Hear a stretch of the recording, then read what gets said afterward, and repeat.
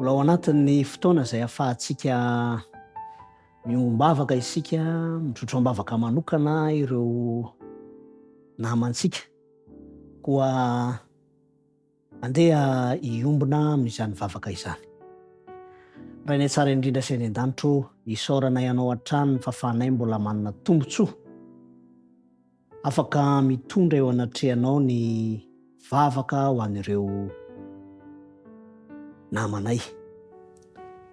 Isaoranay ianao ihany koa ny fahafahanay mbola afaka mangataka aminao fahazahonantoka famelan-keloka, mba hanananay fiadanam-po, indrindra fahazahonantoka ihany koa fa miaino izao vavaka asandratra izao ianao.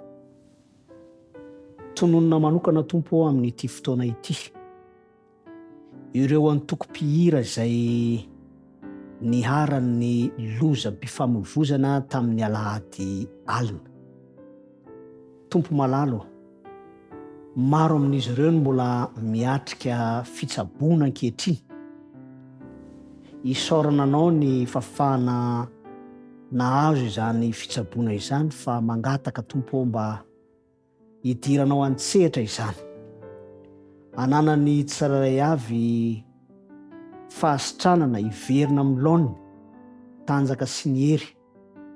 Ireo mpanomponao ireo Tompo ampaherezo hatrany, ka tsy ampihena ny fanolorany tenany izy ireo sy ny fampiasana ny talentany izao toejahatra izao, fa kosa hampitombo ny fitokiana izy ireo anao hatrany sy ny fahazotoana izy ireo eo amin'ny fanomponanao.